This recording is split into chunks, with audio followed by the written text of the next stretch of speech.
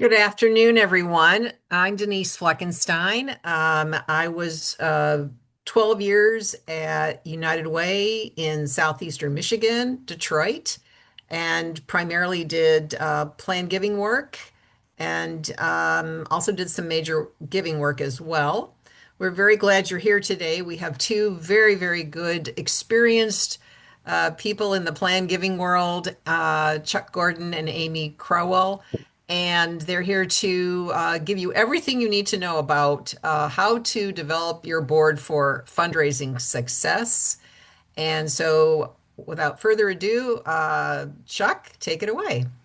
Awesome. Thanks, Denise. And many thanks to everybody for joining us today. But most importantly, a huge thanks for the leadership you bring to your local United Way. I was very fortunate to have spent 21 years with the United Way of Massachusetts Bay in Boston, Mass. People asked, why didn't you leave? I said, well, I had six different amazing roles during those 21 years. And what a wonderful way to start one's career. I also had an opportunity during that time to spend 1 year overseeing development at the United Way of Central Massachusetts, Worcester, Massachusetts. And since then, or actually, I should note, during that time, I also served as a volunteer for United Way of America. You can always tell when someone's dated when they say United Way of America instead of United Way Worldwide, and had the good fortune to work with the founders of the Alexis de Tocqueville Society, as well as serve as a member of the Major and Planned Gift Council and chaired it for 4 years as well. And so really appreciate however long you may be in or have been in the United Way system. Thank you for the leadership that you bring. Amy and I are excited to share with you some thoughts as to how to leverage the best of your board. And I'm going to turn it over to Amy to introduce herself, take it away, and then I'll come back with some additional thoughts after she's done. And then we want to open it up for questions so that whatever's top of mind, you can present to us, and we'll see what we can do to help you out. Yeah, awesome. Well, hi everybody. I'm so nice to meet you all. Ivy is going to go ahead and pop my presentation up, but I'm excited to share with you, some of what I've learned over the years about fundraising and getting your board to be engaged in fundraising so that they will assist you in the work that you're doing in your community. Um, so a little bit about me. I'm located in the Atlanta area. I worked for Ivy, the next slide would be great. I've worked for several national nonprofits in my career, one being Share Our Strengths, No Kid Hungry, where I kind of cut my teeth in nonprofit after being in more of a marketing role prior to that, as well as at the Giving Kitchen here that is Atlanta based as well, that helps food service workers. But the last bulk of, more of my career has been doing fundraising consulting, which one of my clients is the United Way of Lake and Sumter counties in Florida. So I'm excited to share with you sort of what I've learned, both at those nonprofits as a full-time employee, but also working with, a dozen or more different nonprofits over the years. So we'll just jump right in. And next slide is one of my favorite quotes from Helen Keller, which basically says, alone we can do so little, but together we can do so much. And I know each of you looks to your boards to be part of your together because a lot of times I would tell my team it's not like who we know, it's who we know, who knows who we need to know, and just kind of building out that network. So what to expect today? Next, please. We're going to talk about why board members should help fundraise, which I'm sure all of you know, but we'll chat through that a little bit again. And then I'm also going to go through an activity that I have used at several nonprofits to help really kind of engage your board in a hands-on activity that kind of ends with some nice, 2 to 3 action items and a time frame to get them done. And then talk a little bit about, what do we need to do as nonprofits to be sure that, our board members and our supporters in every way have kind of what they need to be successful in helping us. And then, there are always those board members I saw from the chat where some were just saying, they won't give, they won't help. What can they do if the quote unquote, asking for assistance isn't there for them, but still can kind of help you guys reach your goals. So first, we'll start with teaching your board about why they should fundraise. And again, you all know this, but sometimes I think going through this with your board is helpful. So next slide, you'll see we know that organizations need volunteers, but we also need money to do our work. And, much of the funding that we get as nonprofits is restricted. We'll get a grant, but it's for a specific program. And as we all know, and if I could see all your faces, you'd probably be nodding. Nobody wants to pay anybody's salary. Everybody wants to pay other things. And at the end of the day, we need money to keep the lights on and pay the staff that isn't program staff, but still needed to make the agency work from day to day. And I think diversity in funding is important. I've worked for several agencies and I've worked for ones that were, 90% government grants and, based on what's happened over the last year, where that can lead you. And then I've worked for some that have like a really nice, healthy mix of, fundraising between individual donors and foundations and corporations and special events. And, those are the healthier ones so that when the rainy day comes in one arena or many arenas, there's more that can be done. To help get the funding in to do the work that you want to do. I think it's important to think about board members maybe from different parts of life, different everything from different age and gender to ethnicity, but also to their experience with your agency, also as their experience as a board member. Sometimes you have very seasoned board members that understand their role and what their part is in every part of the agency. Others, maybe are brand new and are unsure exactly what their role is. So that's where we want to, educate them and help them learn why they want to be part of the fundraising and how it's not just up to the staff. It's not just up to the development committee, if you're even as lucky enough to have one of those on your board, but how every board member needs to take a part in it. Next slide. So yes.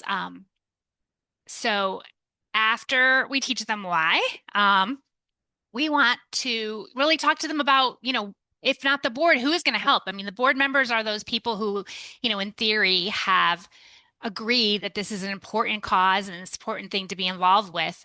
And if they aren't going to be willing to help raise the money to support the organization, frankly, in some ways, who will? What I like to say is I think board members have 75% of what they need to be a successful fundraiser. They are there because they care for what you're doing, they care for your mission, they care for the people you're helping in your community. That to me is so much of fundraising in itself. It's just being passionate and caring and genuine about what you do. And board members have all that. And it's my belief that we can teach them the other 25% by doing some of the things that we're going to talk about next. Almost no one likes to fundraise because most people, and maybe you can do a little heart emoji if this is you, your board will say, I'm going to help you, but I'm never going to ask anybody for any money. Is anybody hearing that? You can maybe give a little thumbs up or whatever if you are. A couple people. Um, you know what? It's funny. I'm a fundraiser, and in some ways, like I feel like that sometimes. But I think what we can do is kind of figure out why people are motivated to give us money. Why are people motivated to donate to our cause to help our missions and our programs?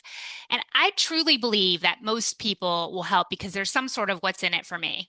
And for certain people, the what's in it for me is literally like they just care about what you do and they want to help.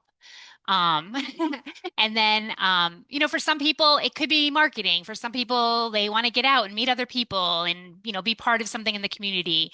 For some people, it's something that they're adding to their resume as they, increase their job opportunities.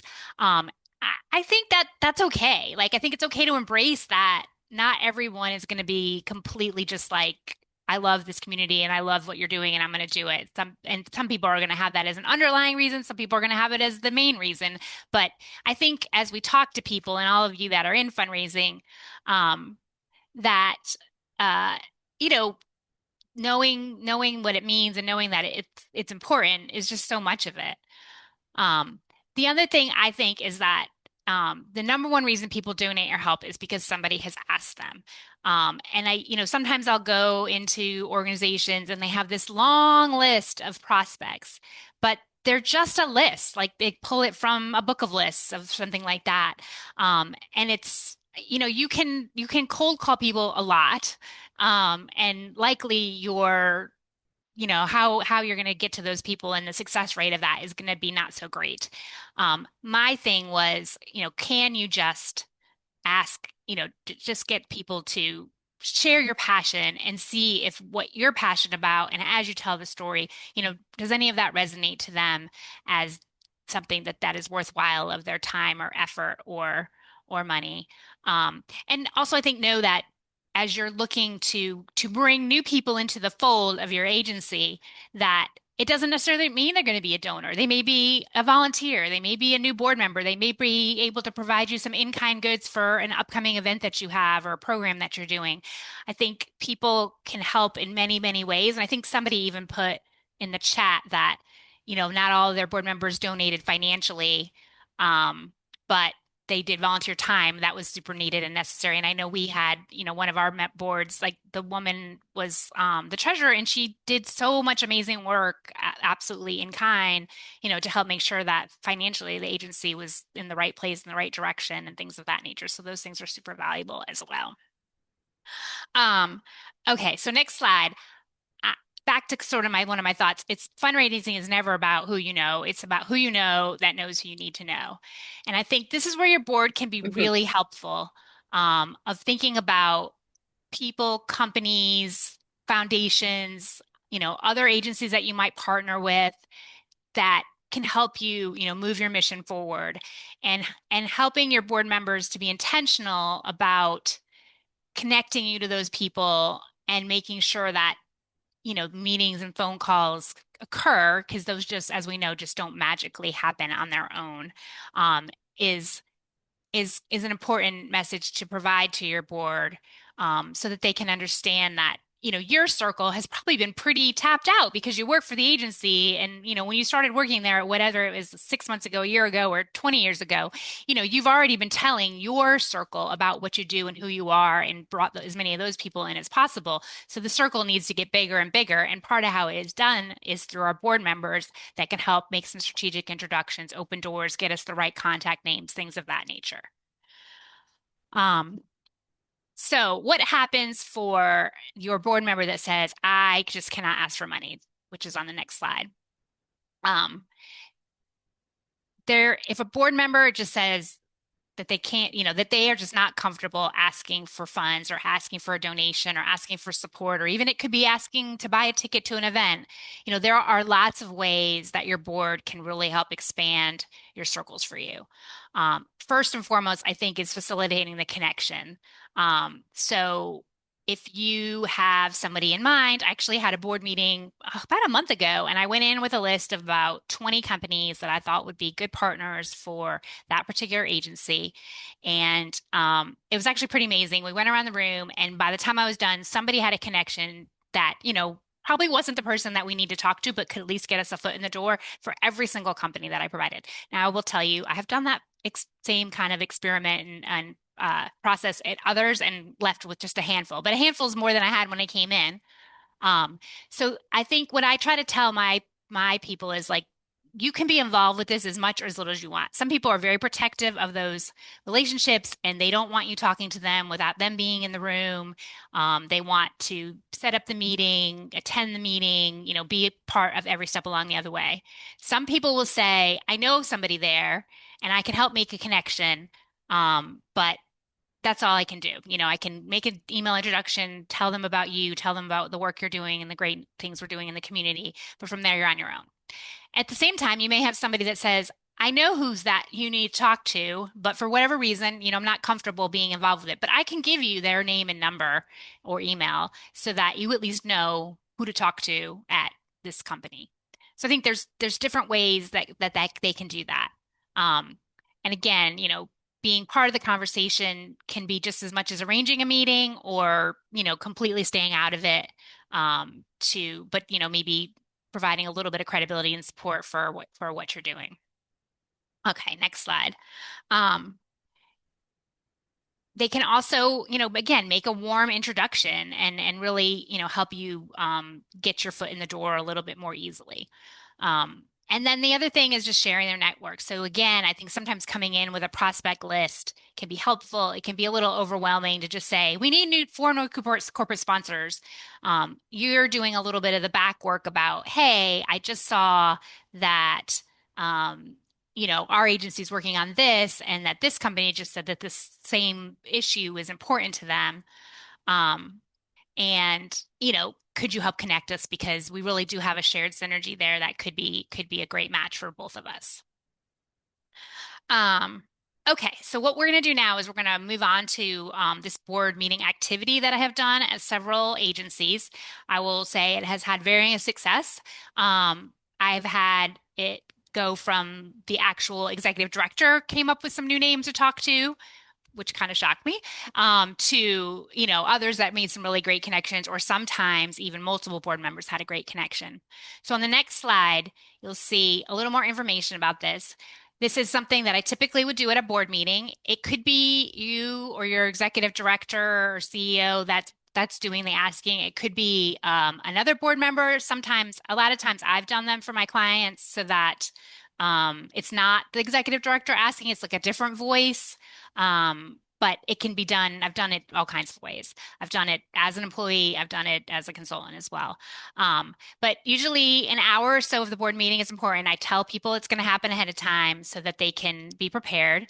We review the why we fundraise that we just talked about, making sure to cover that, we need unrestricted gifts. We need funding to continue the growth, or perhaps you have a new project or something you want to expand to. And then the goals for the agency. This is a great thing to do at the beginning of your fiscal year, or, earlier in your cycle, or, in October or so, getting ready for year-end gifts, things of that nature. So next slide, what you will do is you're going to ask everybody to make a list of people they know personally who may be supportive of your organization, if they knew about it. So we literally sit there and we take, 30 minutes or so, and people look through their phone. And if you go to the next slide, you'll see I give them a handout, which I think, okay, sorry. We'll get back to this one. Go to the next one if you could, please. Um, so we're going to set them a goal of 20 names per person. So the board member is going to write their name, um, something about what they might ask them for, and then some notes, and then they're going to rank them. And so we can give them 10 to 15 minutes. I actually would almost go with longer than that. Back in the day, we had less contacts in our phone, but if you went through your phone contacts for 10 or 15 minutes, you probably wouldn't get midway through the alphabet anymore. If you go to the next slide, you'll see here is a sample, and you'll get this handout after, of what this worksheet looks like. So you can see that there are different categories. So type of ask, it could be a donor, it could be a guest, a sponsor, a host committee, an introduction, other auction. If you have an event, I look to board members to help assist with event items. So it could be an auction item, silent or live. It could be a sponsor. It could be in-kind donation that would save you money. So if you've got a florist and they would provide your flowers, for your tables, et cetera, that would be a savings of money, and that would be another great thing.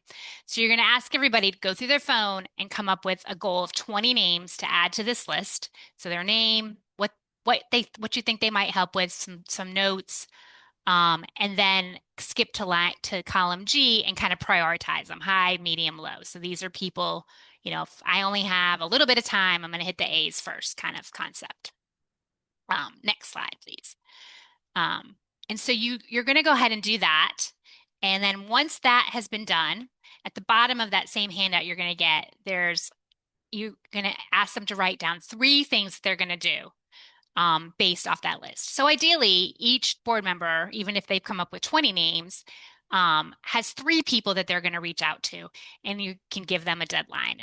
Usually I try to do like a month because it's enough time, but not too much time that it just sort of gets forgotten. And so at the end of the exercise, if you have 10 board meetings, in theory, there should be 30 connections that will be made in the next month to bring in some new people into your agency. Next slide, please. You may also think about adding other questions to the bottom of this questionnaire. And again, some of these are on the handout that you'll be getting, but are you interested in making a personal gift? Are you interested in planned giving? Are you interested in being bigger part of the development team? And going back from some direct selling days years ago, I usually do a yes, no, maybe because people are afraid to say yes. The no's will be no's and you'll just know. People can be kind of afraid to say yes, but maybe is a way of saying yes without the commitment. And maybes in my mind feel like yeses, unlike RSV invitations where maybes are always no's. Um, so I use those kind of questions to gain a little bit more information about your board members and kind of their interest levels. Again, you can pass out a wish list of people you want to meet to help to make with connections. That is also a great way to, and I have done that multiple times, to see, where people may know people that you're hoping to meet as well, or companies you're hoping, or individual donors or foundations you're hoping to connect with. Okay, next slide, and we are closing up here. I asked them to hand those in to me, and I scan them and return them. And I do that for two reasons. One, I want to make sure 7 people aren't calling Joe Smith in my community.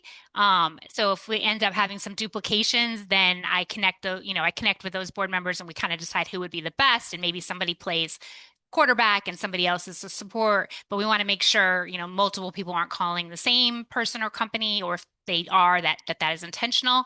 And it also just gives them a little bit more accountability because you are aware of what they promised, and then you can also mark your calendars with what they gave as their deadlines.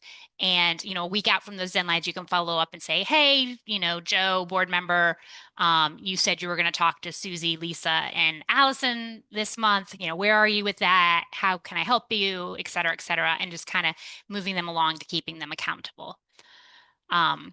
We can take questions on all that in just a second, but I'm going to finish off the presentation with just some other things that I think we need to do as fundraisers in order to make our board members as successful as possible. One thing is, and there's a little information about this, I think every board member needs to have a great elevator speech. So your, 1 minute or less spiel about your agency and what they do and what's important. I believe it is not just like we're United Way of X and we have this, and that program. I strongly suggest that these elevator speeches have a real story and a personality and a person that we've helped connected to them. So helping your board members to create those, I think, is super important. And ideally, they can be practiced at a board meeting. So there's a little bit more information on the handout about that. I didn't have time for all that in the slide today, but I want to make sure that you had that. But just other things that you can do to help them succeed as well is writing thank you letters to supporters. The names we've talked about, personal notes and fundraising letters is great. I mean, we've had board members say, I have these 10 people that I want to invite to the gala. If you provide me the invitations, I'll write a little note on them. And so we can prepare all that for them. They can go to meetings with you with maybe even people you've gotten, maybe not people that they've been involved with, but if bringing a board member to a donor meeting, even if it's not a personal connection, is really amazing and a great learning tool for them to kind of see how it works.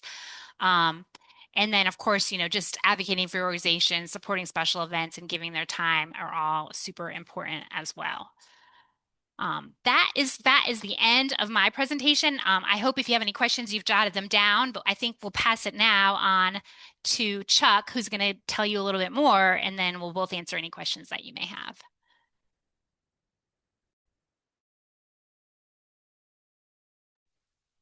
There we go. Let's try that again. Thanks, Amy. Appreciate those thoughts. And I found some great tips there and hope everybody's been writing down those things that are important to you. But also, as noted earlier, we're happy to provide you with all these slides so you can have everything and draw from them. So let me share a couple additional thoughts to complement Amy's good remarks. And let me offer these 3 areas. I want to talk about setting board expectations because I often find that it is really about getting the right people on the bus. You may be struggling right now because you don't have the right people on your board. I want to talk about the nominating committee and how important the nominating committee is. And then I want to pick up where Amy has left off in talking about accountability. To me, these are 2 precursors and 1 minimum requirement that is essential to get the board to do what you want them to do. Let me offer a couple other initial thoughts before I jump into the slides. Number one is a question. Do you serve on a board? I found during my tenure at United Way that I joined 3 boards intentionally. I wanted to understand the board experience from being a board member, and I found it to be super helpful.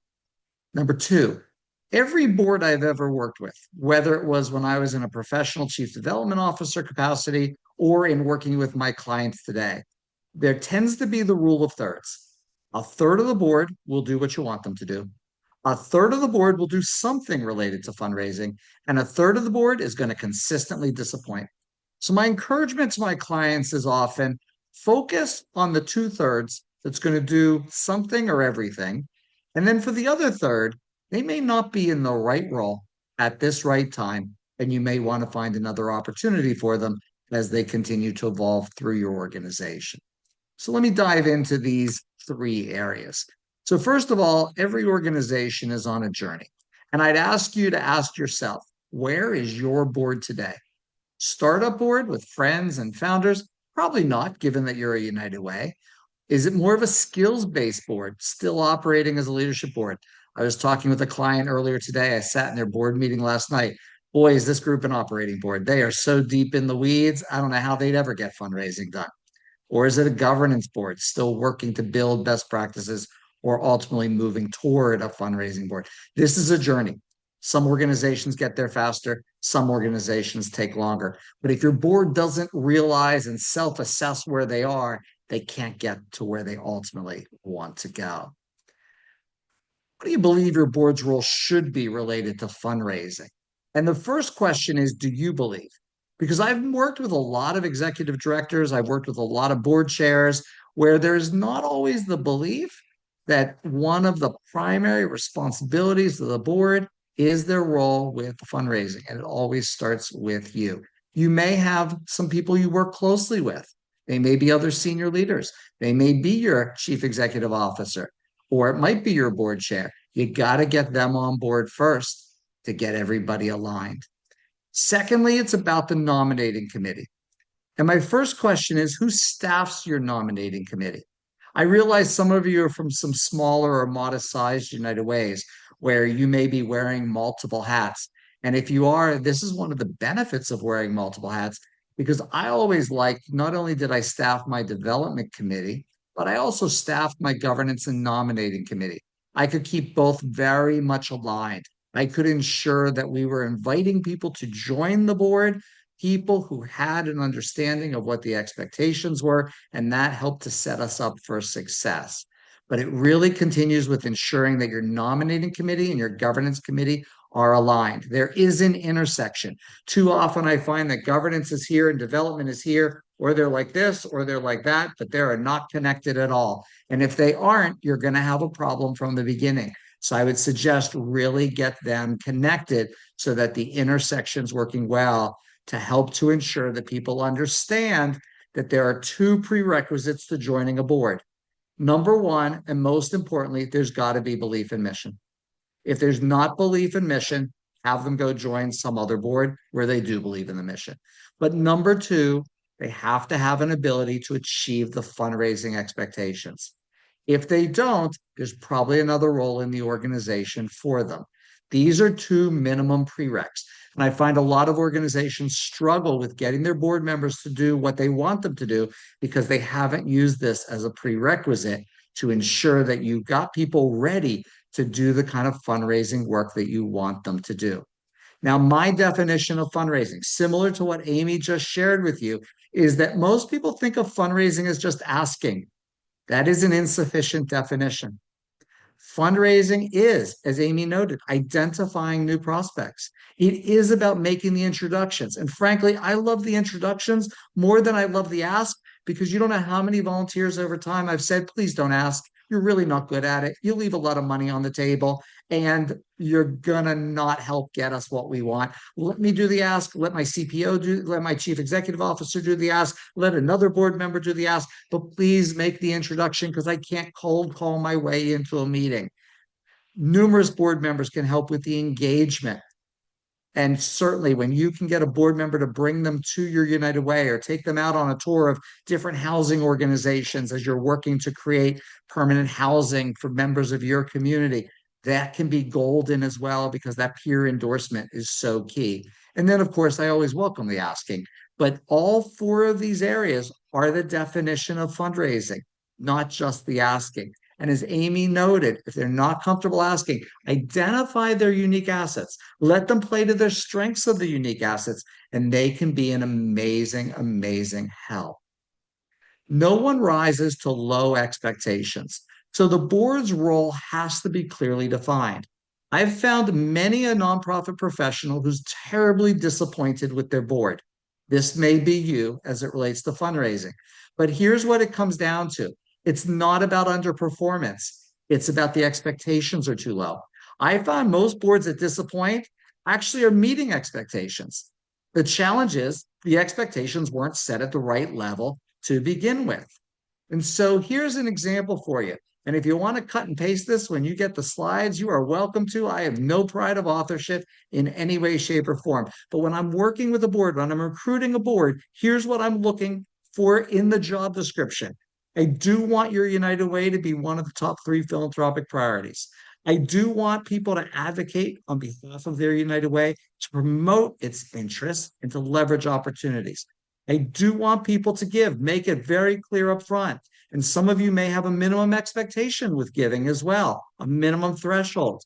And if you're running a multi-year special campaign, celebrating an anniversary, celebrating a growth initiative, I ran a $30 million endowment campaign for my United Way back when I was there.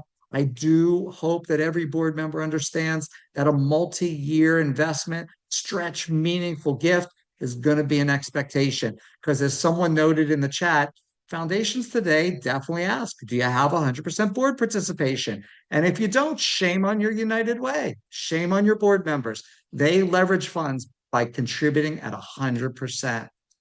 And then I do want everyone to help raise money by the 4 areas I just described.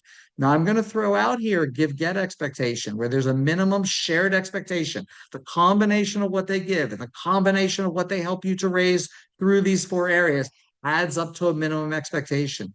Because of our time today, I'm not going to spend a lot of time debating the pros and cons. I know that there are some who are comfortable with this. I know there are some who are not. But I would hope, particularly whether small, medium, or large size organization, I would hope everybody could embrace at least raising a minimum $5,000 for the organization. And that comes in all forms. And I'm a very generous credit giver. Even if somebody's not in a position where they have a deep pocket and not in a position with a deep network, maybe they are someone who has received services from a grant, from an organization you fund. Every time they participate in the engagement, speaking at an event, sharing their story, I give them credit over and over again. And then there are a few other things that I expect. I want board members to attend the meetings. I'm sure that's already on your list. And I want them to really join different volunteer committees. I am a big believer. Every board member has to serve at least on one subcommittee. They have to help recruit other board members, and they need to be a great counsel, staff, and other volunteers. These are my minimum expectations. I like to set it clearly up front. I know sometimes people think if you make it this specific, oh my God, I'm scared to death. I won't get them to sign up. People join organizations because of clarity and they respect organizations because of clarity. They more often leave an organization because they're not asked to do enough and they're not being tapped for all that they can offer. I am a big believer that you got to run a board campaign and family gives first. And I was sitting with a board member of an organization earlier today and I said, how do you as board members get asked? Oh, we send a letter out to everybody and then we do some email follow-ups. And I said, no, no, no, no. Do not hide behind your letters. Do not hide behind your emails. This is a personal conversation. Sit down, have a private conversation like you would want to do with any donor. Ask them for a gift that's commensurate with their ability and their interest, and then follow up judiciously. If the board doesn't see what you ideally want in action, then they are less apt to do it themselves. And so it's important to run a board campaign and celebrate the generosity and celebrate the success. I mentioned it earlier. Always have to have the right person in the right role at the right time. Organizations evolve. Organizations fail when the people involved don't evolve with them. That could be staff, that could be volunteers. I know board members are sometimes recruited because of a certain set of expectations, but the organization changes, needs change. And that may mean someone was a great board member 10 years ago, but it may mean that they aren't positioned to do what they can do today, what they need to do today. My goal on every board that I sat on was to ensure that I helped the organization navigate to a new level of success such that I would not be invited back when my terms ended. I was not going to be at the level that they needed to be able to sustain and continue to grow the organization. So what does this mean? What are other roles? And so certainly you could put board members and just move them to a subcommittee, align their interests to the role, less time, no fiduciary responsibility. I also like to have a secondary body. I like to have a leadership council. It could be a trustees, it could be an advisory council, it could be an overseers. There are 43 different names that you could use. At the end of the day, it's a secondary body. There's no fiduciary responsibility. These members provide advice and counsel. They're encouraged to donate a level comfortable for each person, and they attend one meeting or event a year. It's a way to keep them as part of the family, but in a way that may better align to their interests and their abilities. This is a great spot to have someone who is a skills expert who doesn't want to help fundraise. They can align there. This is a perfect spot to have somebody who has been more of a program leader to have them involved here as well. I frankly think some program leaders are the best fundraisers out there because they have such amazing credibility and can tell such passionate stories. But I like having a secondary body so that, again, you're getting the best people onto your board who are positioned to do what you need them to do today. And let's talk about accountability, the third area. And this is where I loved Amy's process, having the meeting, identifying the people that you want to contact. My belief is board members should not be accountable to staff. Well, of course they should, but that's not the ultimate objective. They need to be accountable to one another. That's the most important objective. If they're not accountable to one another, you're not going to get what you ideally need. Here's a similar type of a form. I want everybody to absolutely fill it out. But here's where I take it to the next level. I like to actually project the list at different meetings, development committee meeting, a campaign meeting, or a board meeting. And I like people to sit there and report on how's their progress going. How are they doing? What successes have they had? What questions have they gotten? What challenges have they faced? Where have people not responded, where they might seek help from another board member to be able to jump in and tag team with them?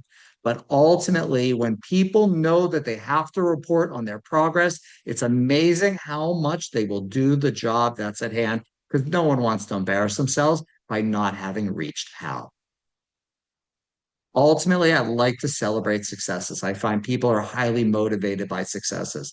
When I'm working with boards, I'm sending out little short notes all the time. Many thanks to Joe Smith. What a great gift he got from so and so. What a wonderful gift from Mary Jones. Thank you for talking to the CEO of company XYZ. They just made a commitment of such and such.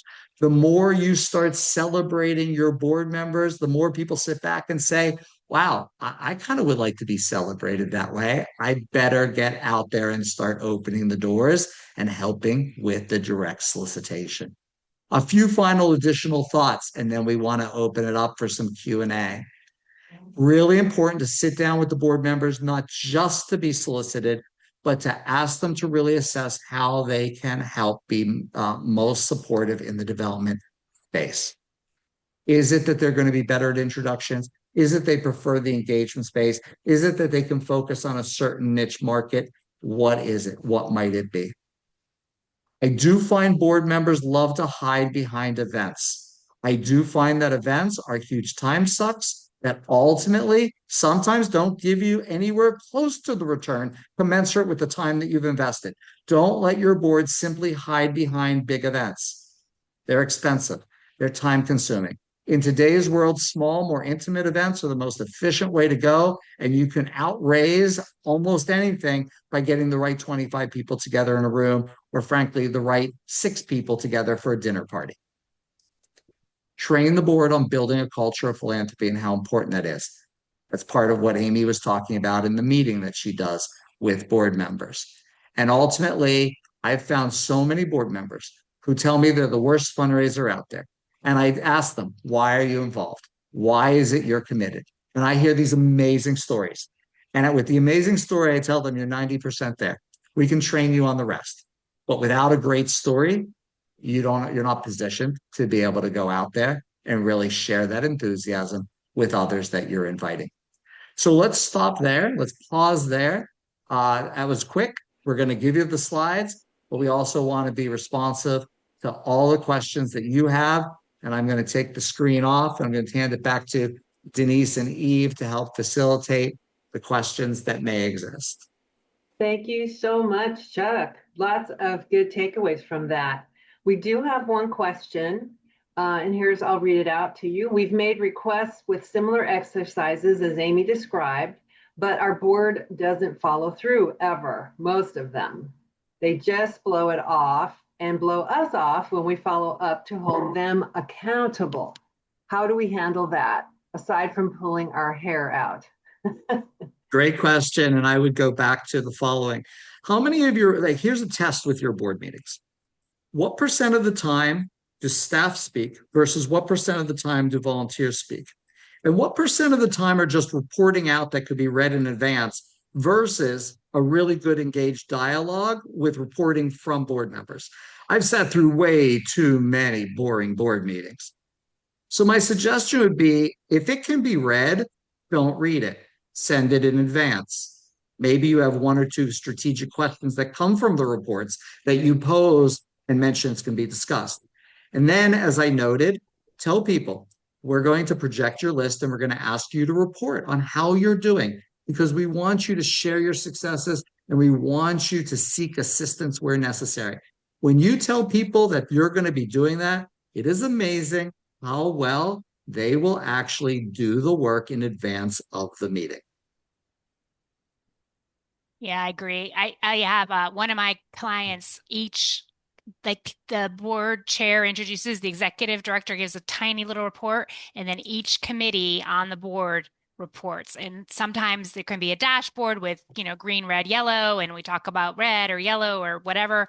But yeah, the more that they're doing the talking, I loved Chuck's chart and the idea of putting that up on the screen and talking through it and celebrating successes. But yeah, I've had the same thing where you follow up everybody's, yep, I'm going to call these people and nothing happens. And so that little bit of peer pressure and also public knowledge, I think is a great way to go.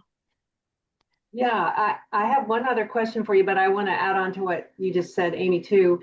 And that is, Chuck, you mentioned this, having people tell their own stories. And I've done something in meetings where I've had everyone go around the table and say why they're involved with United Way and what their story is. And that is very powerful. And I find that just reaffirms for everyone else how important the organization is and why people are involved. So anyway, the other question is, what is the best way to introduce a get-give with a board that hasn't had that expectation in the past? Yeah, I've been parts of agencies that have done that too. I think those come across best when they're board chair directed, even if it's been a board chair executive director decision. Um, but I think we've done it and we've kind of given people opportunities to, bow out if needed. But I think kind of back to Chuck's comment earlier, like I'd say this to people all the time. You have a third people come in, third people go, and third people working, right? Which is kind of what he said with the 2/3. And you know what? Like everybody's sad to get rid of a board member and everybody doesn't want to see that happen. But like his idea of maybe sunsetting people or moving them in different directions is a really great one. I mean, you're better to have 5 or 6 really great engaged board members than 10 and half of them aren't. And his flexibility around what you get credit for is a great place to start too.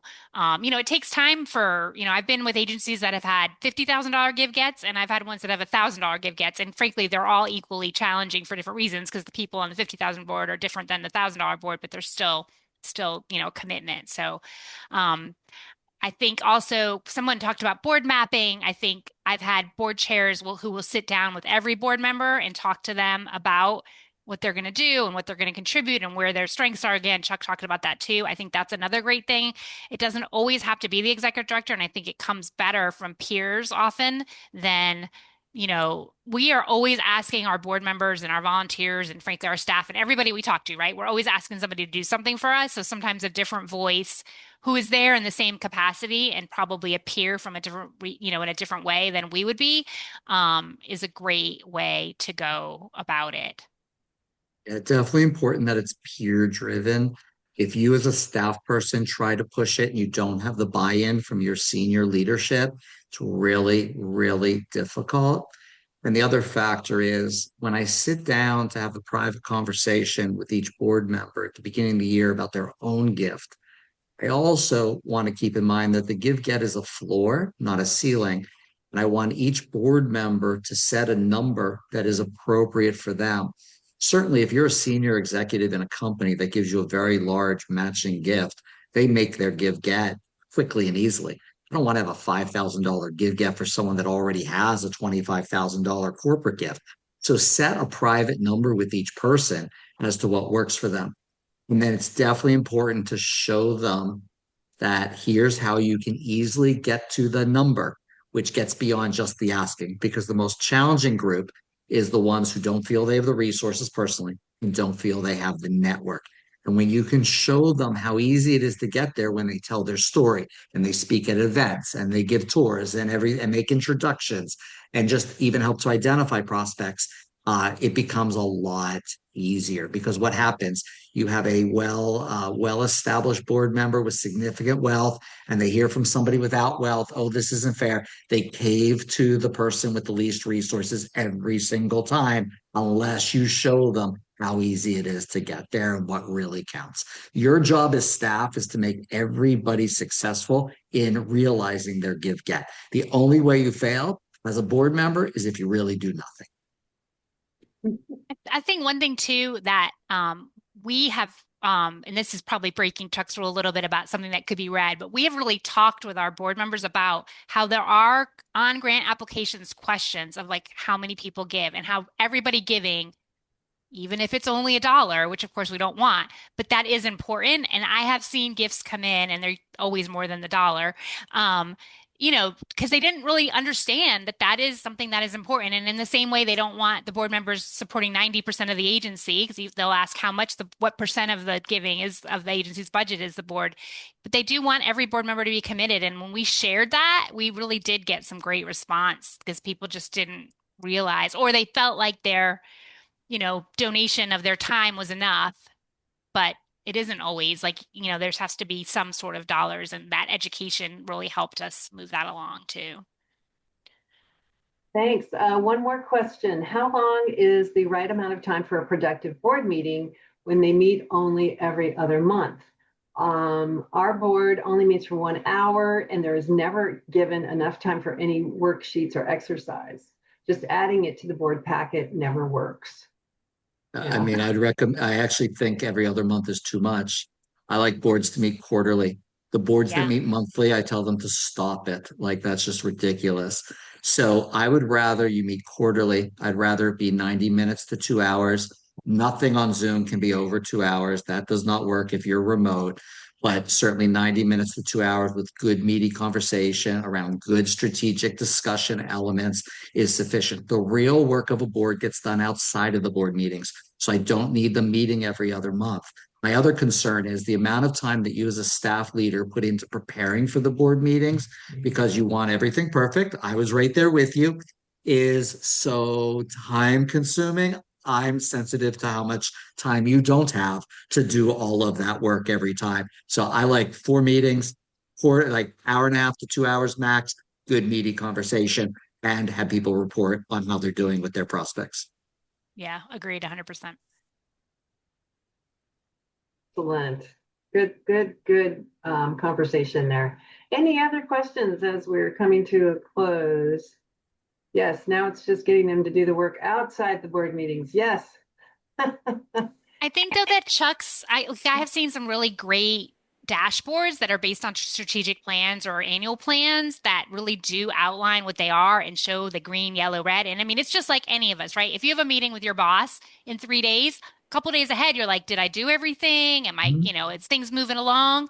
Your board is going to be exactly the same. So Mhm. that visual reporting and sharing and peer, is, I think, very impactful. And frankly, you know, they're there for a reason. And, just showing, as somebody put in there, they show up for the meeting and don't do anything else. Like those people are not doing you any favors. You already know that.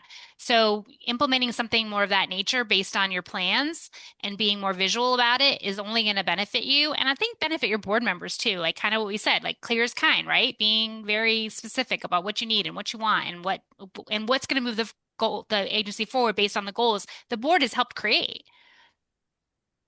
I just Exactly. want to make a little comment. You both alluded to this, the peer, talking to the peer. One thing that worked for me is I found a champion on the board. I call him a champion. And that relationship is so important to help you do what you want to do and have clear set agenda items and moving through the things that you need to do. So yes, I would highly recommend that, trying to find a champion that will work with you to move this agenda forward and help board members do what you need them to do. Yep. Sometimes Absolutely. some So the question. pre-selling. Go ahead, sorry. Oh no, go with I was gonna say go on some and then. some pre-selling to those champions so that when it comes time to present it to Mhm. everybody, like I have an executive director who's so great at that. Like he knows like who's influential on his board and Yeah. he will go to them for advice. Because what do we say? If we want money, ask for advice. If we want advice, ask for money. Go and get their advice, listen to what they say, get their buy-in or, edit it to be so it's a win for everybody because you have their perspective of what the other board members may think and then go to your full board with some other people in the room that are going to lift you up as well. I saw the question about subcommittees. I'm Yeah. a consistent believer on subcommittees, 4 times a year, 60 to 90 minutes, held 1 month before the actual board meeting. So it then feeds nicely into the board meeting itself. But again, if you need extra time, I'd rather you spend the extra time one-on-one with the key members of the committees to get the actual work done outside of the meetings. That way, every board member, if you're on one subcommittee, you do have 8 meetings for the year. There are 4 meetings that are off. Summer can sometimes be difficult. Holiday time can sometimes be difficult. That tends to work very nicely. I also think too, like I've had fundraising committees that are just not helpful. And instead, I have just done one-on-one meetings. Like I literally had somebody saying, do you want a fundraising meeting? I'm like, I will have one if you want me to, but if you do not want me to, I will take my time one-on-one with people. It will Yep. work better for everybody. If your development committee is nothing more than an event committee and they love picking the color of the napkins instead of opening doors, please retire that committee. I had put more committees on hiatus and said, we're going to do XYZ. We'll redefine it. We'll come back to you later. And we've reinvented it because you don't need to spend all that time with committees that aren't productive and aren't supporting your work. But putting committees on hiatus to redefine them if you don't have what you want, nothing wrong with that. Could not agree I more. love that, Chuck. Thank you. And real quick before if in case there's any questions or anything like that, I am happy to stay on and keep this room open for further discussion if anyone needs it, because I know we are almost at the hour, so I will try to make a couple of quick notes as fast as I can. I will send out an email with all of the things, the slides, the replay, the resources. If there's anything you need, let me know. I do want to give another shout out to our sponsors, Mutual of America, Front Stream, Third Sector Company, Board Build, UPIC Solutions, and GivePulse. And there will be a 3-question survey at the end of this. It should take you 30 to 60 seconds maybe. This is our last planned giving session this year. If you have suggestions for future ones, please include them in the feedback question. And then if there is anything else, I will hand it over to Eve and Denise. And I want to obviously thank you two, and then Chuck, Amy, and everyone that attended, everyone that's watching the replay. Otherwise, I will stay on and I will just be available for helping facilitate whatever else you guys want.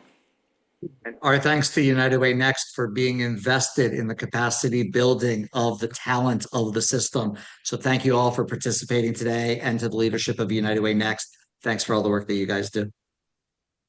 Yes, thank you everyone for joining us today. And thank you, Amy, and thank you, Chuck. Wonderful presentation. Learned a lot. Always learn a lot. Thanks, everyone. Bye-bye. Everyone.